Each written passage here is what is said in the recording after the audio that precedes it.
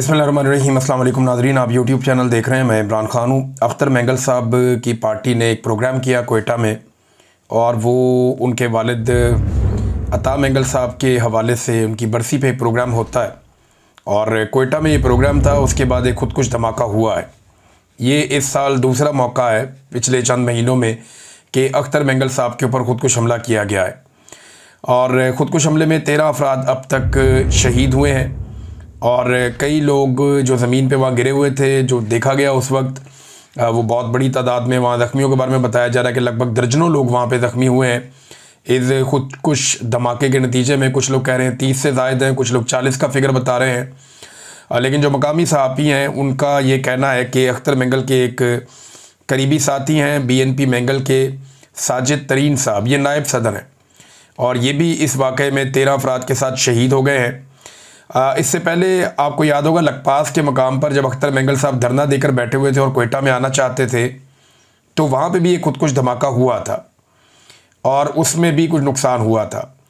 अब ये खुदकुश धमाका होना, इसके नतीजे में लोगों का शहीद होना, एक्चुअली अख्तर मेंगल साहब की लड़ाई तो इस वक्त रियासत के साथ है, लेकिन क्या इस मौके से कोई और फ़ायदा उठाना चाहता है? ये एक बड़ा सवाल है जो मौजूद रहेगा जब तक कि गैर जानिबदाराना इंक्वायरी नहीं होती। पता नहीं चलता कि वो कौन है जो अख्तर मेंगल साहब को खुदकुश हमले में निशाना बनाना चाहता है। वहाँ पे अख्तर मेंगल साहब के अलावा महमूद अचकज़ई और दाऊद शाह काकड़ जो पाकिस्तान तहरीक इंसाफ के रहनुमा, ये लोग भी मौजूद थे, और इनके निकलते ही फौरी तौर पर कुछ लोग कहते हैं कि विदिन मिनट्स ये धमाका हुआ है। जैसे ही ये लोग निकले वैसे ही धमाका हो गया, और ज़्यादा लोगों का ये कहना है कि इसमें मुमकिन तौर पे अख्तर मेंगल को टारगेट किया जाना था।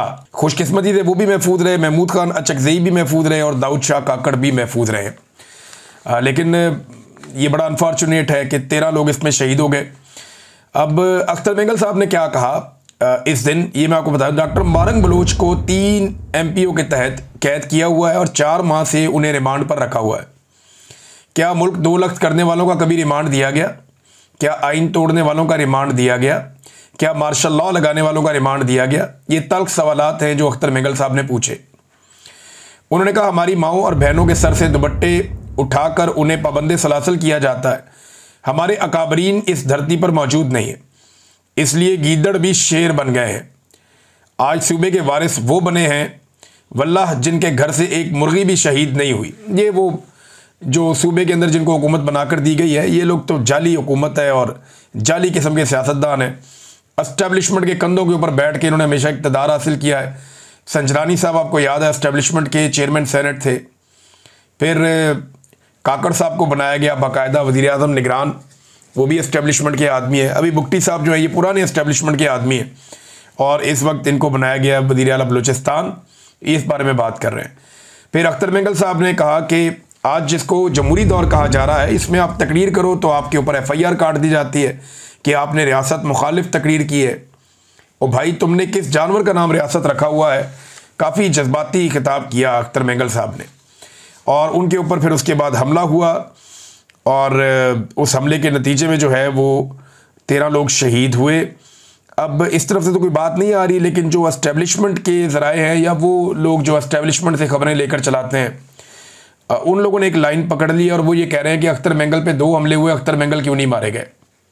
अब वो ये कह रहे हैं कि जी क्योंकि अख्तर मेंगल नहीं मारे गए, तो वो इस तरह की बातें कर रहे हैं कि शायद ये अख्तर मेंगल की ही कोई साजिश है, या ये जानबूझ के हरकतें कर रहे हैं और बलूचिस्तान के हालात ख़राब करना चाहते हैं। और साथ उनका ये कहना है कि शायद लोग इनकी बात नहीं मान रहे, इसलिए अब ये इस किस्म की हरकतें कर रहे हैं। अब ये प्रोपेगेंडा करना ये और ज़्यादा अफसोसनाक होता है। एक सूबा है जो रियासत कंट्रोल नहीं कर पा रही, रियासती इदारे मुकम्मल तौर पर नाकाम है, वहाँ पर जो जाली हुकूमत बनाई गई वो भी मुकम्मल तौर पर नाकाम है। आज बलूचिस्तान का कोई माई बाप नहीं, कोई पूछने वाला नहीं है। हाँ, वहाँ से सिर्फ मादनियात निकलती हैं, और वो मादनियात बगैर किसी तातुल के जाती हैं बाहर, सिर्फ उनका ख्याल रखा जाता है। इंसान की ज़िंदगी की वहाँ कोई कीमत नहीं है। जो ज़ायरीन जाते थे ईरान, वो नहीं जा सकते ज़मीनी रास्ते से, रास्ते बंद कर दिए गए। आप रात के वक्त वहाँ पे कहीं ट्रैवल नहीं कर सकते, दिन के वक्त भी आपने जाना तो सिक्योरिटी का आपका बंदोबस्त होना चाहिए। तो हंसते बसते बलूचिस्तान को यहाँ तक पहुँचा दिया गया, और अब जो लोग बलूचिस्तान के रहने वाले एहतजाज करते हैं उनको पकड़ के या तो अंदर डाल देते हैं, या इस किस्म की हरकतें उनके साथ हो रही हैं। ये इंतहाई अफसोसनाक है। रियासती इदारों को और रियासत को ये सोचना पड़ेगा कि इस किस्म के कत्लो गारत गिरी से ना माजी में कभी फ़ायदा हुआ है, ना अब किसी किस्म का कोई फ़ायदा होने का इम्कान है। इमरान खान साहब की बहनें उनको दोबारा मिलने के लिए गई थी, क्योंकि आपको पता है कि कल मंगल का दिन था। वो सारा दिन बेचारी वहाँ पे इंतज़ार करती रही, सुबह से शाम हो गई, उनकी मुलाकात नहीं करवाई गई और रात के तक उन्होंने इंतज़ार किया। उसके बाद फिर वो वहाँ से मायूस होकर लौट गई। मुज़ाहमत की एक मिसाल कायम की है इमरान खान की बहनों ने। वहाँ अलीमा खान अकेली दीवार पे बैठी रही बहुत देर तक। कारकुन पहले आए, उन्होंने बहुत एहतजाज किया, लेकिन रात गए फिर अलीमा खान वापस गई वहाँ से, जब उनकी मुलाकात नहीं करवाई गई। एक मुलाकात हुई है, इमरान खान साहब का एक ट्वीट भी बाहर आया बैरिस्टर गौर के ज़रिए। अब ये जो इमरान खान साहब का ट्वीट आया, इसके बारे में बेशतर लोग ये कहते हैं कि ये एडिटेड है, यानी जो इमरान खान साहब ने पिछले ट्वीट के अंदर एक रवैया अपनाया था उसका कुछ भी इसके अंदर नज़र नहीं आ रहा। और उससे जो पिछला ट्वीट था वो क्योंकि एक और साहब गए थे मिलने के लिए, तो तब भी चीज़ें काफ़ी गायब थी बीच में से। तो जिस दिन इमरान खान की बहनें मिलती हैं ना, उस दिन आती है असल खबर बाहर। जिस दिन इमरान खान को कोई उनका करीबी साथी मिलता है ऐसा जो कुछ बहादुर हो, या इमरान खान की बहनें मिलें, या ज़्यादा लोग मिल जाएं, या जिस दिन मीडिया इमरान खान साहब से मिल जाए, या जिस दिन अदालत में इमरान खान साहब का केस लग जाए, उस दिन सारी खबरें बाहर आ जाती हैं। उन्हें रोकने की कोशिश की जा रही थी कि जब तक एक्सटेंशन के मामला हल नहीं हो जाते तब तक के लिए रोका जाए फिलहाल। तो अलीमा खानम की मुलाकात नहीं करवाएगी। अब जो ट्वीट है वो पढ़ के आपको सुनाया दूँ, ये बातें तो इमरान खान साहब ने की हैं, लेकिन ऐसा लगता है कि पिछले ट्वीट को अगर आप इमरान खान के पढ़ें तो ऐसा लगता है कि इमरान खान साहब की बातें तो हैं लेकिन एडिटेड है, यानी इनको थोड़ा सा सेंसर किया गया है। और वो देखें ना, इतना ही हर एक की पसली तो नहीं होती ना कि हर चीज़ लाके बाहर बता दे। इमरान खान तो कहते हैं, मैं पाकिस्तानी कौम से अपील करता हूँ कि वो मुल्क भर में जारी अफसोसनाक सैलाबी सूरत हाल में रेस्क्यू एंड रिलीफ मुहिम में हमेशा की तरह बढ़ चढ़ कर हिस्सा ले। तहरीक इंसाफ भी सैलाब ज़दगान के लिए बिला तफरीक अपना किरदार अदा करे। ये बहुत अच्छी बात की इमरान खान साहब ने। इस वक्त सबको तवज्जो जो है वो सैलाब मुतासरीन की तरफ रखनी चाहिए। मैं हमेशा मौसमियाती तब्दीलियों और उनसे आने वाले नुकसानात के हवाले से शऊर उजागर करता रहा हूँ। हमने पहले खैबर पख्तूनख्वा में बिलियन ट्री सुनामी शुरू करवाया और वफाकी हुकूमत में आकर 10 बिलियन ट्री सुनामी शुरू करवाया। इसके साथ मुतअद्दिद छोटे, दरमियाने और बड़े दर्जे के डैम्स और नेशनल पार्क समेत ऐसे अहम माहौलियाती हिफाजत के मनसूबे शुरू करवाए जो माहौलियाती तबाही में कमी का बायस बने। दरख्त ही माहौलियात का तहफ़्फ़ुज़ कर सकते हैं। ऐसे मनसूबों पर तेज़ी से काम करना कौमी तरजीह होनी चाहिए। ये मैं गुज़िश्ता कई सालों से ये चीख रहा हूँ। इमरान खान साहब शायद वो पहले आदमी जो ये बात कर रहे थे, बल्कि मैं अपनी ज़ाती हैसियत में हर साल पाकिस्तान में हम ये कोशिश करते हैं दोस्तों के साथ मिलकर कि जितने ज़्यादा हों दरख्त लगाए जाए। और भी बहुत सारे लोग हैं वो करते हैं, कुछ गुलकार हैं, कुछ सिविल सोसाइटी के लोग हैं, वो बहुत ज़्यादा प्लांटेशन करते हैं, लेकिन वो आटे में नमक के बराबर है। हुकूमतों की पूरी शमूलियत होनी चाहिए, पूरे निज़ाम को ये काम करना चाहिए और फिर दरख्तों को संभालना भी चाहिए। पाकिस्तान में यूरोप जैसा मौसम नहीं है कि बार बार बारिशें हों। आपको जो दरख्त लगाना है उसको आपको संभालना भी पड़ता है। कम से कम 1 साल आपको उनका ख्याल रखना पड़ता है, या चंद महीने तो ज़रूर ख्याल रखना पड़ता है। फिर कटाई जो है वो बिल्कुल ज़ीरो होनी चाहिए, दरख्तों की कटाई बंद करनी चाहिए। इमरान खान साहब ने कहा कि अफ़गानिस्तान में ज़ल्ज़ले से होने वाली हलाकतों और नुकसान पर दिल शदीद रंजीदा है। हम मुश्किल की इस घड़ी में अपने अफ़गान भाइयों के साथ खड़े हैं। मुझे अफ़गानियों के पाकिस्तान से ज़बरदस्ती निकाले जाने पर भी शदीद तहफ़्फ़ुज़ात और अफसोस है। खैबर पख्तूनख्वा की हुकूमत ने अफ़गानिस्तान के लिए इमदादी सामान ट्रकों में भरकर रवाना किया, अच्छी बात है, और वो सामान अब जाएगा अफ़गानिस्तान। लेकिन जैसे मरीम नवाज़ फ़ोटो लगाती है ना यहाँ पे अपनी तशहीर के लिए सरकारी पैसे से, इसी तरह उस पर अली अमीन गंडापुर का फ़ोटो लगा हुआ उन ट्रकों के ऊपर। तो अगर इधर तनकीद होती है तो उधर भी होनी चाहिए। बात जो ठीक है वो ठीक है, और यहाँ पे सिर्फ हुकूमत खैबर पख्तूनख्वा वो करते जो तरीक़ाकार है तो वो बेहतर था। अगर अपने फ़ोटो लगाने तो अपनी ज़ाती पैसों से लगाओ। ये सरकारी पैसों से अपनी ज़ाती तशहीर जो है वो ये नामुनासिब चीज़ है, चाहे कोई भी करे। फिर आगे इमरान खान साहब ने कहा कि खैबर पख्तूनख्वा में अपने ही लोगों पर ड्रोन अटैक्स और मिलिट्री ऑपरेशन फौरी तौर पर बंद होना चाहिए। अली अमीन गंडापुर समेत सूबाई हुकूमत को इस मामले पर भरपूर मज़ामत करनी चाहिए। पहले ही वो इलाके सैलाब की तबाही झेल रहे हैं। इन हालात में ऑपरेशन या ड्रोन हमले और अपने इलाकों से बेदखली ज़ख्मों पर नमक छिड़कने के मुतरादिफ है। मेरी हदायत की रोशनी में तहरीक इंसाफ का ज़िमनी इंतखाबात के बाइकआउट का फैसला काबिल तहसीन है। कागजात नामजदगी वापस लेने वाले उम्मीदवारों भी दाद के मुस्तहिक हैं। जिन अरकान ने असम्बली की कमेटियों से इस्तीफ़ा दिया वो भी काबिल तारीफ़ हैं। इनको ये भी हदायत करता हूँ कि अगर इनके ज़ेर इस्तेमाल कोई गाड़ी या मुराद है तो चाबियाँ वापस करें और फौरी तौर पर मुराद वापस करें। पेशावर जलसे की हतमी तारीख का फैसला सितंबर में ही सैलाब की सूरत हाल देखकर मुशावरत से किया जाए। 3 साल जुल्म और जबर सहने और हक पर होने के बावजूद मैंने मुल्की मफाद में मुज़ाकरात की बात की, मगर मुझ समेत मेरे ख़ानदान से सियासी इंतकाम की इंतहा कर दी गई। हमारे लोगों पर सीधी गोलियां चलाई गईं और पार्लियामान में हमारे अपोजिशन लीडर को नाअहल कर दिया गया। इसके बाद मुज़ाकरात की गुंजाइश बाकी नहीं रहती। ये मुझ समेत मेरे ख़ानदान में से जिस मर्जी को कैद कर दें, मैं अपने मौक़िफ़ से पीछे नहीं हटूंगा और ना ही इनके आगे झुकूंगा। साबिक वज़ीर-ए-आज़म इमरान खान की अडयाला जेल में गुफ्तगू। ये जी इमरान खान साहब का ट्वीट आया जिसमें उन्होंने वो सारी बातें की हैं जो मैंने अभी आपके सामने रखी। अब मैंने आपसे कहा था कि एक्सटेंशन के मामला हल होने तक कोशिश की जाएगी कि इमरान खान साहब के कोई अब स्टेटमेंट मज़ीद बाहर ना आए, रंग में भंग ना पड़ जाए। तो इसमें नाज़रीन मेरी खबर की तस्दीक की है राना सनाउल्लाह साहब ने। खबर के एक हिस्से की तो तस्दीक उन्होंने कर दी है कि जो मरी का एक, यानी पहले लंदन प्लान था, अब मरी प्लान है, तो मरी प्लान वाकई हुआ है। कुछ लोगों ने आकर शरीफ ख़ानदान के लोगों से मुलाकात की है और कुछ चीज़ें तय पाई हैं, ये बात तो हुई है वहाँ पे। अब राना सनाउल्लाह साहब ने इसकी तस्दीक कर दी है। अब तसलसल है जी, एक्सटेंशन की तो तस्दीक हो गई कि एक्सटेंशन होने जा रही है। जिन शराइत पे होने जा रही है जो मैंने आपको बताई थी वो आप आने वाले दिनों में देख लेंगे। खबर का वो हिस्सा भी आपको साबित हो जाएगा कुछ अरसे में। तो एस्टेब्लिशमेंट ने ऐसा लगता है कि हामी भर ली है नवाज शरीफ साहब की शराइत पर कि ठीक है आप दे एक्सटेंशन, फिर बाकी काम करते हैं। इस पर राना सनाउल्लाह साहब ने बड़ी खुशी खुशी ये खबर सुनाई है और उन्हें लगता है कि इससे वो इमरान खान को और सिस्टम को काबू कर लेंगे। तो देखते हैं वो क्या करते हैं। अब आ जाए नाजरीन फ्लड्स की तरफ। सैलाब ने तबाही फेरी हुई है पूरे पंजाब के अंदर और ये तबाही अब सिंध की तरफ बढ़ती जा रही है। पाकिस्तानियों को विजिलेंट होना पड़ेगा। मेरी तमाम जो हमारी तंजीमें थीं जो हमारे साथ काम कर रही थी उन सब से मेरी गुजारिश है कि तगड़े हो जाएं। मैं भी आपके साथ शामिल होने जा रहा हूँ। इस मरतबा फिर से सैलाब मुतासरीन की मदद के लिए मुझे बहुत सारे लोगों ने टेलीफोन कॉल्स की, बहुत सारे लोगों ने रब्ता किया। उन्होंने कहा जी हमें आप पे भरोसा है, आपने पहले भी काम किया, आप लोग फिर काम करें। तो मेरे साथ लगभग उस वक्त कोई 400 के करीब लोग काम कर रहे थे। उन तमाम नौजवानों को भी मैं यहाँ से पैगाम दे रहा हूँ कि तगड़े हो जाएं और तैयारी कर लें। हम बहुत बड़े पैमाने पर सैलाब मुतासरीन की मदद करने जा रहे हैं और उसका आगाज़ मैं, क्योंकि पाकिस्तान तो अभी नहीं आ सकता, वो सिचुएशन आप जानते हैं और मुझे सब ने मना किया है कि आपने पाकिस्तान नहीं आना, आप आएंगे आपको पकड़ लेंगे, फिर सैलाब आपका अंदर ही गुजर जाएगा। लिहाजा बाहर से मैं यहाँ पे आप लोगों के लिए फ़ंड रेजिंग करूँगा। मुझे कुछ NGO जो बहुत अच्छा काम करती हैं, जिन्होंने बेहतरीन पाकिस्तान के अंदर और दुनिया भर में काम किया, गज़ा में काम किया, अफ्रीका में काम किया, दुनिया के कई ममालिक में काम किया, उन NGOs ने मेरे से रब्ता किया है। उनमें से कुछ को हमने शॉर्ट लिस्ट किया है। उनके साथ मिलकर हम यहाँ से फ़ंड रेजिंग करेंगे और पाकिस्तान में सैलाब मुतासरीन की मदद के लिए जो हमसे हो पाएगा वो हम करेंगे। इससे पहले अपनी ज़ाती कैपेसिटी में हम कुछ थोड़ा बहुत कर रहे थे, लेकिन वो आटे में नमक के बराबर भी नहीं है। यानी हम एक इंडिविजुअल कैपेसिटी में आप बहुत थोड़ा सा काम कर सकते हैं। तो अब मैं आप सबको दावत देने जा रहा हूं कि आप सब इसका हिस्सा बन जाएं। बहुत जल्दी हम बहुत सारी चीज़ें अनाउंस करेंगे।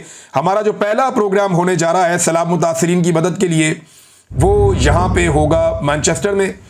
और मैनचेस्टर में एक माए नवाब रेस्टोरेंट है, उसके हॉल में हम ये पहला प्रोग्राम करने जा रहे हैं। 300 से ज़्यादा लोगों की वहाँ पे कैपेसिटी है। तो जितने लोग यहाँ मैनचेस्टर में या इसके आसपास रहते हैं वो लोग तैयारी करें और जुमे वाले दिन शाम 7 बजे से लेकर 9 बजे तक हम यहाँ पे सैलाब मुतासरीन की मदद के लिए इकट्ठे होंगे। आप सबसे गुजारिश है कि आप लोग वहाँ पे आएँ और सैलाब मुतासरीन की मदद करें। हमारे साथ और बहुत सारे ऐसे लोग होंगे जिन्हें आप अपने बीच में देखना चाहते हैं, जिनकी बात आप सुनना चाहते हैं। और ये सारा प्रोग्राम हम पूरी दुनिया के अंदर बराह रास्त दिखाएंगे भी मल्टीपल चैनल्स के ज़रिए से। तो हमने ये काम शुरू किया है अल्लाह ताला का नाम लेकर। हम बड़े कमज़ोर लोग हैं, लेकिन अल्लाह रब्बुल इज़्ज़त ने पहले भी हमारी मदद की, वो अब भी हमारी मदद करेगा।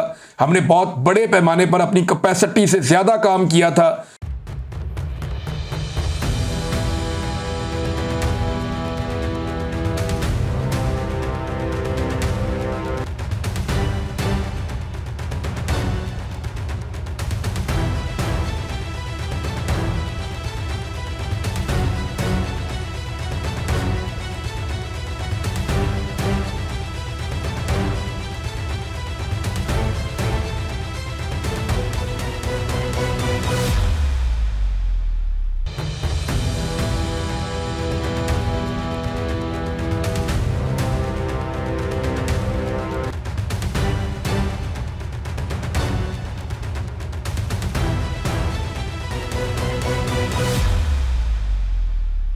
मुझे आज भी यकीन नहीं आता कि हम वो कर पाए थे। तो मुझे अल्लाह ताला से उम्मीद है कि ये बहुत बड़ी आजमाइश है पाकिस्तान पे।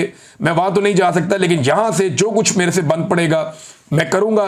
बहुत अच्छे और ईमानदार लोग हमारे साथ जुड़े हैं, मैं उम्मीद करता हूँ कि वो भी हमें मायूस नहीं करेंगे और पाकिस्तानी भी नहीं करेंगे। ओवरसीज़ पाकिस्तानी जो यहाँ मैनचेस्टर के आसपास हैं वो लोग इकट्ठे हो जाएं।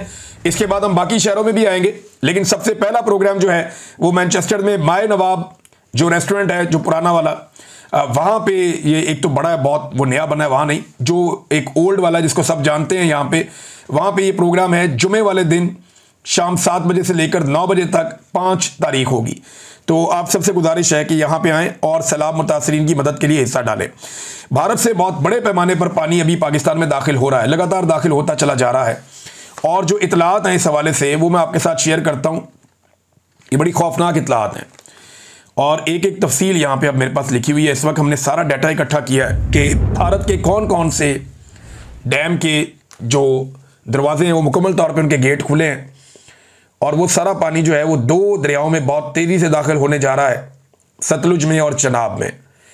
चनाब का जो पानी है वो झेलम तक, और सॉरी उससे ऊपर जो आप चले जाते हैं जंग तक, वहाँ तक तबाही मचाता है और फिर ये दरिया सिंध में जाके गिरता है। इसी तरह जो आपका रावी का और सतलुज का पानी है ये भी दरिया सिंध की तरफ जाता है।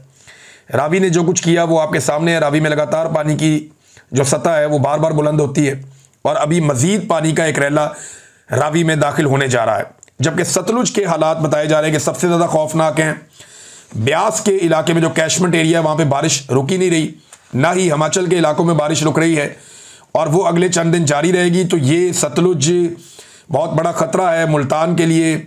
जो कुछ मुजफ्फरगढ़ में हो रहा है वो आपके सामने, और कसूर से ऑनवर्ड जनूबी पंजाब तक ये तबाही फैलाता हुआ जा रहा है, और आगे ये पानी अभी जनूबी पंजाब और फिर सिंध में दाखिल होगा। जब ये सिंध के अंदर, क्योंकि देखें कल से ये पानी, यानी आज के दिन से ही आप ये समझ लें कि अब ये सिंध के अंदर दाखिल होना शुरू हो जाएगा। अब यहाँ सिंध में पानी बढ़ेगा। पाकिस्तान कैसे मैनेज करता है ये बहुत इंपॉर्टेंट है। कौन से बंद तोड़े जाते हैं, बैराजों को कैसे बचाया जाता है, जो आपके हेड्स हैं उनको कैसे बचाया जाएगा, और पानी से कैसे निपटा जाएगा, ये बहुत इंपॉर्टेंट है। दरियाए सिंध जो है उसकी अपनी हालत तकरीबन उतनी ख़राब नहीं है। अगर खुदा न खास्ता इस वक्त पाकिस्तान के बलाई इलाकों में या अफगानिस्तान साइड के ऊपर ज़्यादा बारिशें होती हैं और दरियाए काबुल, दरियाए कुनहार और यहाँ से पानी दरियाए सवात से आता है, तो फिर सूरत हाल मज़ीद ख़राब हो सकती है। क्योंकि एक दिन पहले ये भी रिपोर्ट हुआ कि दोबारा से खैबर पख्तूनख्वा के जो अपर एरियाज़ हैं वहाँ पे एक मरतबा फिर बुनेर में बड़ी शदीद बारिश और बहुत तेज़ पानी का एक फ़्लो आया है, और वहाँ पे वार्निंग्स भी जारी की गई हैं, ऐलानात भी किए गए हैं। तो ये सिचुएशन खुदा न खास्ता बनी तो फिर काबू करना मज़ीद मुश्किल हो जाएगा। तो पाकिस्तानियों से गुजारिश है कि वो तैयार रहें। बहरहाल ये एक बड़ा सैलाब आ रहा है, लेकिन हुकूमतों की कमज़ोरी भी हमें साफ साफ दिखाई दे रही है। उनकी तवज्जो जो है वो ज़ाती तशहीर की जानिब है।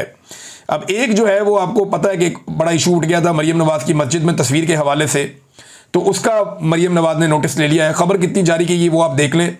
पंजाब की वज़ीर आला मरीम नवाज शरीफ ने मस्जिद पर अपनी तस्वीर का सख्त नोटिस लेते हुए डिप्टी कमिश्नर मंडी बहाउद्दीन से वजाहत तलब कर दी। मस्जिद पर वज़ीर आला मरीम नवाज़ की तस्वीर लगाने पर डिप्टी कमिश्नर की सरजनिश हो गई। मरीम नवाज़ ने ज़िली इंतज़ामिया और सरकारी इदारों को अपनी तस्वीर के हवाले से SOPs पर अमल दरामद करने की हिदायत कर दी। ये SOPs क्या है ये तो ज़रा कौम को बताया जाए। खाने के हर डब्बे के ऊपर फ़ोटो होना चाहिए, हर जगह पे इनको फ़ोटो लगाना है, और जो फ़ोटो नहीं लगाएगा उसका ये क्या SOP का हिस्सा है। बहुत सारे जो लोग फ्लड्स में काम कर रहे हैं मुझे कहते हैं कि मरीम नवाज़ का फ़ोटो हम नहीं लगाते, वो हमें चीज़ ही नहीं बांटने देते। अभी हम काम शुरू करने लगे हैं ना, रोक के दिखाना। हम बताएंगे कि कैसे लोगों को खाना खिलाना है, हम बताएंगे कैसे लोगों को मदद पहुंचानी है, हम बताएंगे कि कैसे लोगों को, ये सारा मुझे आइडिया है कि क्या करना है। ये नहीं रोक पाएंगे, ये नहीं रोक पाएंगे, क्योंकि जब आप आवाम के लिए काम करने निकलते ना नेक नियति से, तो इन जैसे नहीं रोक पाते, ना ये रोक पाएंगे। अभी जो ये हरकतें कर रहे हैं ये इनको लग पता जाएगा आने वाले दिनों में। ये जो तस्वीर वाला मामला है इस पर नोटिस तो लिया है, लेकिन क्या इंतज़ामिया को मरीम नवाज़ ने मना किया कि आज के बाद मेरी फ़ोटो नहीं लगानी, ना किसी लैट्रीन पे, ना किसी अस्पताल पे, ना किसी और जगह पे, ना किसी खैमे पे, ना किसी खाने पे, ना किसी डब्बे पे, ना किसी राशन पे, हर जगह ये अपनी फ़ोटो चिपका रही हैं और यही चल रहा है। ज़ाती तशहीर के मामला है ना। गंडापुर ने भी एक अजीबोगरीब हरकत की है। वो कोई जर्मन सफ़ीर उनको मिलने के लिए आए हुए थे, वो बैठे हुए बात कर रहे थे, सामने मीडिया था, तो एकदम अपने बंदे को, वो बेचारा मुलाजिम है यार वहाँ पे, गरीब आदमी काम करता है, उसको डांट के बिठा दिया पीछे और उसको सुना दी खड़ी खड़ी कि जनाब गुलामों वाली सोच है तुम्हारी, तुम ज़ेनी गुलाम हो, जर्मन सफ़ीर आया तो आया, वो बैठा रहे, इंतज़ार कर लेगा, क्या फ़र्क पड़ता है। यार ये क्या रवैया है भाई। ये तो रंगबाजी है, ये गंडापुर की रंगबाजी है और कुछ नहीं है। ये जर्मन सफीर के आगे तो इनकी आवाज़ नहीं निकलनी। वहाँ तो ये बहुत अच्छे तरीके से बात करते हैं कि जर्मन सफीर मिलने के लिए आया। यहाँ बैठ के लोगों के सामने जनाब मैं बहुत बड़ा हीरो हूँ, बहुत बड़ा। भाई घर पे मेहमान आया, उसको आपने इज्जत देनी होती है। आप ये कह सकते हैं कि ठीक है उन्हें वेट कराएं, मैं ज़रा सहाफ़ियों से बात कर लूँ। आप सहाफ़ियों को कह सकते थे कि जी क्योंकि एक एम्बेसडर मिलने के लिए आए, हमने उनके साथ भी बात करनी है, तो मैं ज़रा जल्दी वाइंड अप कर लेता हूँ। ये है एक नॉर्मल बिहेवियर। ये ना मुफ्त में मशहूर होने के लिए ना, अपने आप को बताने के लिए कि मैं बहुत बड़ा हूँ, मैं कोई गुलाम नहीं हूँ, मेरे अंदर कोई गुलामी वाली सोच नहीं है। और भाई वो इमरान खान ही है जिसने एब्सोल्युटली नॉट कहा था, और वो लॉजिकल था। उसने कहा था कि हम कोई गुलाम है, हम आपकी बात नहीं मान सकते। ये बात थी लॉजिकल। ये किसी आए हुए मेहमान को इस तरीके से डील करना, और एक गरीब मुलाजिम को सिर्फ इसलिए कि वो आपके पास तनख्वाह पे काम करता है आप उसको दुत्कार के पीछे बैठा देंगे, ये तरीक़ाकार गलत है। और ज़हनी गुलाम करार दे देना, गुलामों वाली सोच है तुम्हारी, ये कह देना, ये ज़्यादती है। इससे आप हीरो नहीं बनेंगे। अली बिन गंडापुर साहब, आपकी इज़्ज़त में इजाफा नहीं होगा। नाज़रीन, शहबाज शरीफ साहब की चीन में बढ़ चढ़ के इज़्ज़त अफजाई हो रही है, वो मुँह ही नहीं लगा रहा। प्यूटन से इनको मिलना था तो चंद कदम जाके वो मोदी शूदी के साथ सबके साथ वो वॉके शौके कर रहा है, हर एक के साथ वो अच्छे तरीके से मिल रहा है प्यूटन। लेकिन शहबाज शरीफ साहब चंद कदम गए पीछे से, आवाज़ देकर जाकर मिले हैं जनाब प्यूटन को, और वहाँ पे फिर रेस्क्यू करने के लिए आर्मी चीफ पहुँचे हैं। तो शहबाज शरीफ साहब की वैल्यू ही ख़त्म हो गई, क्योंकि सारे जानते हैं कि असल हुक्मरान तो ये है पाकिस्तान के, जो बात करनी है वो इनसे करो। ये तो अर्दली लगे हुए हैं, इनको रह दो पीछे। और वो तस्वीरों में आप देख भी रहे हैं, बेचारे शर्मा शर्मा के पीछे पीछे खड़े हैं। कॉन्फिडेंस ही फारग हुआ है शहबाज शरीफ साहब का।